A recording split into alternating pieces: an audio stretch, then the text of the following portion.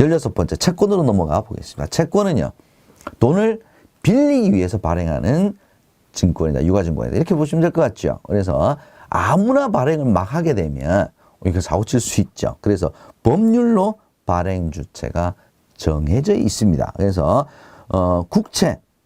국가에서 발행하는 채권이죠. 국회의 동의를 받아야 됩니다. 국회의 동의를 받을 때 한도 얼마까지 발행하겠다. 한도 제한이 있습니다.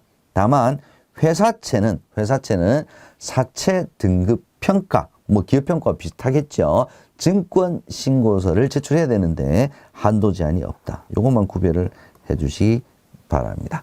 이렇게 채권을 산 사람은 이자 받겠다는 거죠. 만기가 딱 정해져 있습니다. 언제까지 이자 몇 % 받고 내가 얼마 빌려줄게. 이거죠. 그죠? 그래서 이자를 계속 받으려고 그러면 만기까지 계속 보유하면 되고요. 중간에 돈이 필요해 만기 있잖아요. 유통시장에서 매각을 통해서도 언제든지 현금화를 할 수 있다. 이렇게 보시면 될 것 같습니다. 주식은 3일 결제죠. 채권은 당일 내지는 이길, 그 다음날 결제다. 이렇게 보시면 되겠습니다. 유통시장의 거래 방식은 주식과 또 조금 달라요. 장외 거래 비중이 높고요. 상대매매, 상대 이미 정해져서 주식은 경쟁매매입니다. 상대방이 누군지 몰라 해서 호가라 그러죠. 그래서 비싸게 사겠다, 싸게 팔겠다. 누가 더 비싸게 살 거니, 누가 더 싸게 팔 거니, 이걸 막 경쟁을 시켜서 하는 그런 거래 방식이기 때문에 경쟁매매 방식이라고 얘기를 하고요. 채권은 상대가 딱 정해서 1대1로 거래한다. 이렇게 보시면 될 것 같습니다. 그래서 주식 거래 방식과 채권 거래 방식을 비교를 해주시면 되겠습니다. 거래 규모도 굉장히 크죠. 그래서 주로 기관 투자가 중심으로 이루어지고요. 채권 10,000원당 단가로 계산을 합니다. 개인 투자가들은 뭐 금액이 소액이기 때문에 주로 증권회사를 통해서 RP 방식으로 많이 거래가 된다라는 점 특징 알아두시고요. 최근에 시험 문제는 채권의 종류 중에 단기채,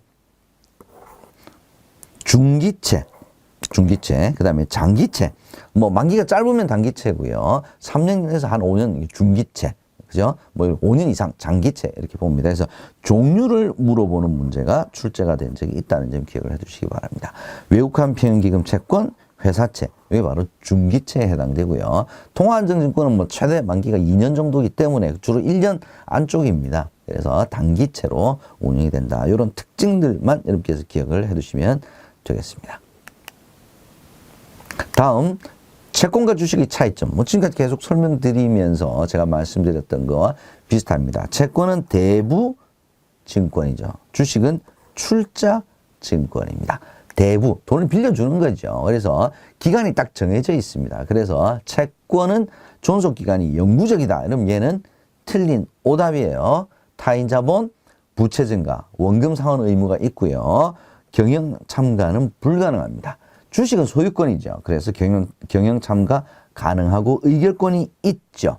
그죠? 채권은 의결권 없습니다. 주식은 배당금을 받고 채권은 이자를 받죠. 만약 회사가 부도가 났어요. 부도가 나면 누가 제일 돈을 받아갈 수 있냐. 자녀재산이 있다면 우선순위는 채권자가 제일 먼저 받아갈 수가 있겠죠. 주식 투자자는 돈을 빌려줄 게 아니죠. 자기 자본이기 때문에 채권 다 상환하고 난 다음에 돈이 남으면 그때 자녀재산을 분배받을 수 있습니다. 그래서 채권과 주식은 둘 다 자녀재산 분배권은 가지고 있어요. 그러나 순서가 우선순위가 다르다. 채권이 더 우선된다. 이걸 기억을 해두시면 될 것 같습니다. 채권 관련 주 용어, 액면가, 표면이익률 요거 한번 살펴보시고요. 요거 물어보는 문제가 간혹 한 번씩 나옵니다. 채권의 종류 중에 이자 지급 방식에 따라서 이표채, 할인채, 복리채 이렇게 나누기도 합니다. 뭐 할인채, 복리채는 여러분들 뭐 용어만 들으셔도 어느 정도는 요거는 할인해서 정해지는 거야. 아니면 이자를 얹어주는 거야. 아실 수가 있죠. 이표채가 그래서 시험 문제에 한 번씩 나옵니다. 이표채는 뭐냐면 표면 이율에 따라 일정 기간, 뭐 주로 3개월이 우리 많은데 이자를 나누어서 지급하는 채권을 우리가 이표채다. 이자를 표시해놨다. 뭐 이렇게 우리가 표현을 합니다. 이표채 기억을 해두셔야 될 용어입니다. 다음 합성채권 18번째. 합성채권은 지금 세 가지 비교를 하고 있습니다. 전환사채, 신주인수권부사채, 교환사채. 자, 세 가지입니다. 전환사채는 뭡니까? 전환사채. 처음엔 채권으로 발행했는데, 그죠? 발행회사의 주식으로 바꿔달라 그러면 바꿔줄게. 이거죠. 신주인수권부사채는 뭡니까?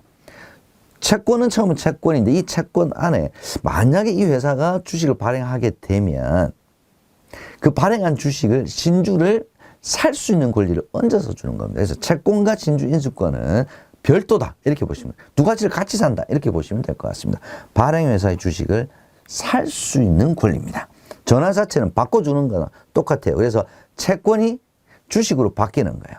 근데 신주인수권부사채는 그냥 주식을 살 수 있는 권리만 가지고 있기 때문에 채권은 채권대로 계속 존속이 되고요. 돈을 새롭게 내고 주식을 새롭게 사는 거다. 추가 자금이 필요하다.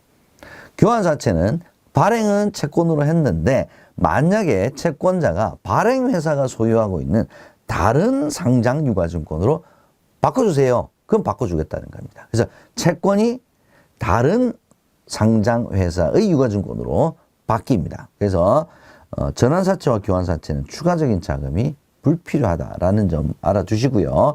신주인수권부사채 BW는 채권과 별도로 신주인수권만 가지고도 거래가 가능하다. 최근에 문제 지문에서는 이런 지문이 나왔습니다. 전환사채, 교환사채는 일반 채권보다 뭔가 옵션, 프리미엄, 뭔가 하나를 더 얹어줬죠.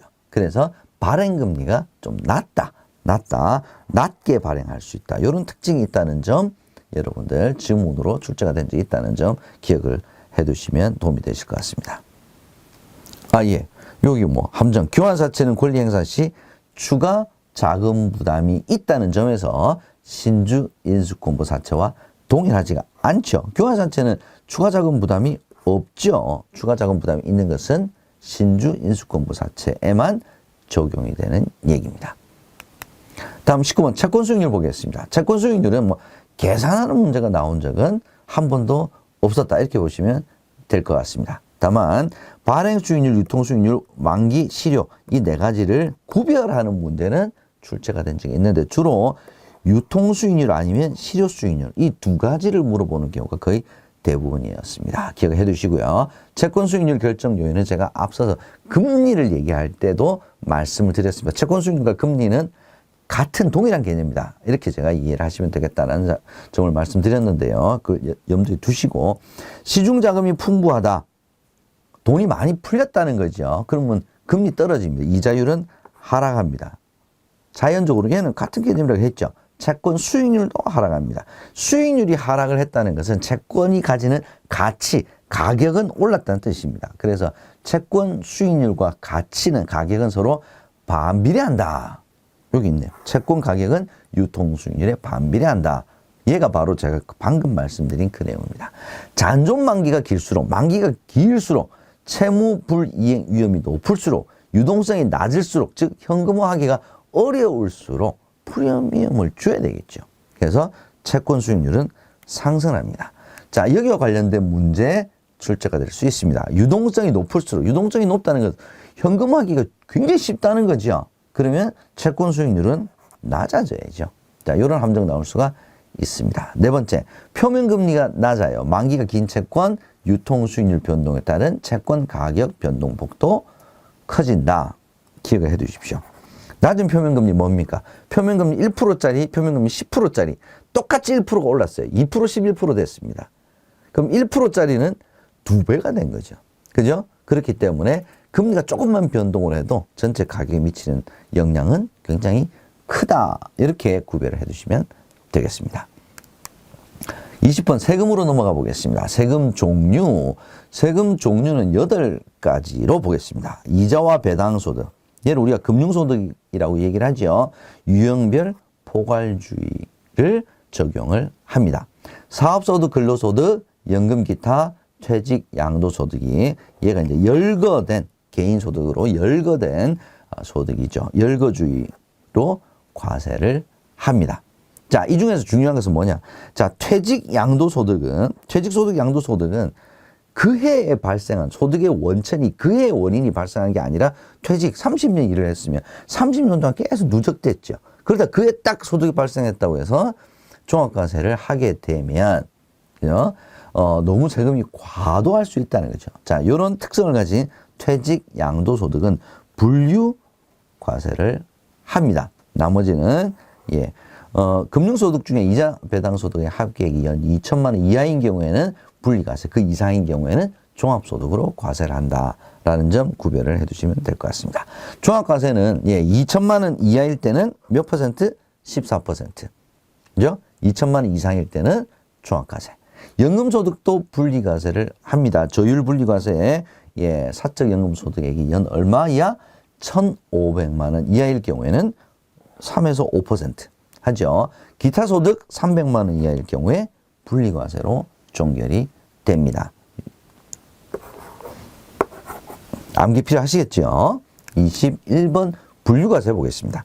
분류과세 제가 방금 설명을 드린 내용이죠. 퇴직소득, 양도소득 무조건 암기하셔야 됩니다. 얘는 시험 문제가 굉장히 자주 출제가 됩니다. 장기간에 걸쳐 발생한 소득이다라는 점. 그래서 시험 문제 이런 게 나왔습니다. 종합소득 과세에 해당하는 합산 소득 금액은 얼마인가? 자, 양도소득 얘는 분류과세로 종합소득 과세를 하는 게 아니죠. 그 다음에 이자 배당 소득이 2천만 원을 초과해야 종합소득으로 과세를 하죠. 얘는 분리과세로 납세 의무가 종결이 돼버린 거죠. 그러면 실제 종합소득으로 과세하는 것은 요거죠. 2천만 원, 1,500만 원. 합이 얼마입니까? 3,500만 원. 이렇게 계산하는 문제가 나왔었다라는 점도 알아두시면 좋겠습니다. 다음 22번째 소득세, 법인세, 그 다음에 상속세와 증여세, 세율. 세율을 물어보는 문제가 최근에 좀 많이 나오네요. 소득세는 자 6에서 45% 구간이 있었죠. 그죠? 8개의 구간이 있었습니다. 6에서 최대 45%. 자, 1,400만 원 이하 6%. 그죠? 10억 원 초과 45%. 그 중간 단계 여러분 알아두시기 바랍니다. 법인세는 최저 9%에서 최대 24%입니다. 24%.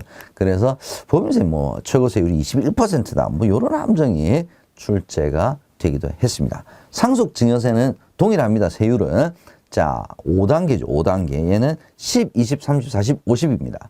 그죠? 그래서 10%에서 50%인데 최고 과표 구간 30억 원. 30억 원 초과를 할 때는 50%가 적용이 되고 1억 원 이하일 경우에 10%.